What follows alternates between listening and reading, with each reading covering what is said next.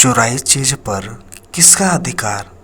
15वीं कहानी बेताल पक्षी। नेपाल देश में शिवपुरी नामक नगर में यशकेतु नामक राजा राज करता था। उसकी चंद्रप्रभा नाम की रानी और शशिप्रभा नाम की लड़की थी। जब राजकुमारी बड़ी हुई तो एक दिन बसंत उत्सव देखने बाग में गई। वहाँ एक ब्राह्मण का लड़का आया हुआ था। दोनों ने एक दूसरे को देखा और प्रेम करने लगे। इसी बीच एक पागल हाथी वहाँ दौड़ता हुआ आया। ब्राह्मण का लड़का राजकुमारी को उठाकर दूर ले गया और हाथी से बचा दिया। शशिप्रभा महल में चली गई, पर ब्राह्मण के लड़के के लिए व्याकुल रहने लगी। उधर ब्राह्मण की लड़की की भी बुरी दशा थी। वह एक सिद्ध गुरु के पास पहुंचा और अपनी इच्छा बताई।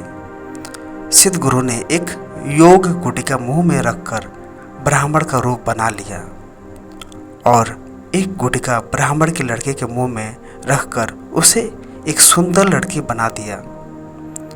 राजा के पास जाकर कहा, मेरा एक ही बेटा है, उसके लिए मैं इस लड़की को लाया था, पर लड़का ना जाने कहाँ चला गया है।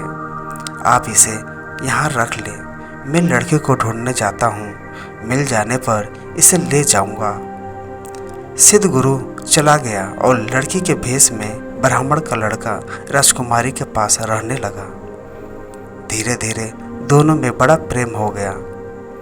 एक दिन राजकुमारी ने कहा, मेरा दिल बड़ा दुखी रहता है। एक ब्राह्मण के लड़के ने पागल हाथी से मेरे प्राण बचाए थे, मेरा मन उसी में रमा है। इतना सुनकर उसने गुटिका मुंह से निकाल ली और ब्राह्मण कुमार बन गया। राजकुमारी उसे देखकर बहुत प्रसन्न हुई। तब से वो रात को रोज गुटका निकालकर लड़का बन जाता, दिन में लड़की बना रहता। दोनों ने चुपचाप विवाह कर लिया। कुछ दिन बाद राजा के साले की कन्या मृगांगदत्ता का विवाह दीवान के बेटे के साथ होना तय हुआ। राजकुमारी अपने कन्या रूप धारण ब्राह्मण कुमार के साथ वहां गई। संयोग से दीवान का पुत्र उस बनावटी कन्या पर रिझ गया।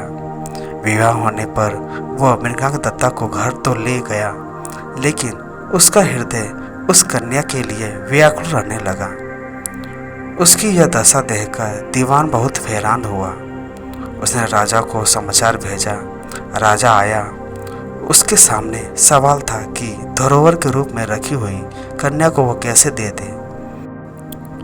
दूसरी ओर यह मुश्किल कि ना दे तो दीवान का लड़का मर जाएगा।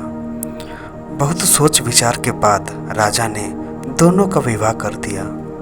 बनावटी कन्या ने यह शर्त रखी कि चूंकि वह दूसरे के लिए लाई गई थी, इसलिए उसका यह पति 6 महीने तक यात्रा करेगा, तब जाकर वह उससे बात करेगी। दीवान के लड़के ने यह शर्त मान ली। विवाह के बाद वह उसे मृगांगदत्ता के पास छोड़ तीर्थ यात्रा पर चला गया। उसके जाने पर दोनों आनंद से रहने लगे। ब्राह्मण कुमार रात में आदमी बन जाता और दिन में कन्या बना रहता। जब 6 महीने बीतने को आए तो वह एक दिन मृगांगदत्ता को लेकर भाग गया।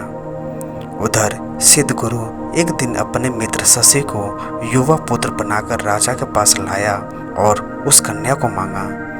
श्राप के डर के कारण राजा ने कहा, वह कन्या तो न जाने कहाँ चली गई है, अब मेरी कन्या से इसका विवाह कर दें। वो राजी हो गया और राजकुमारी का विवाह शशि के साथ कर दिया।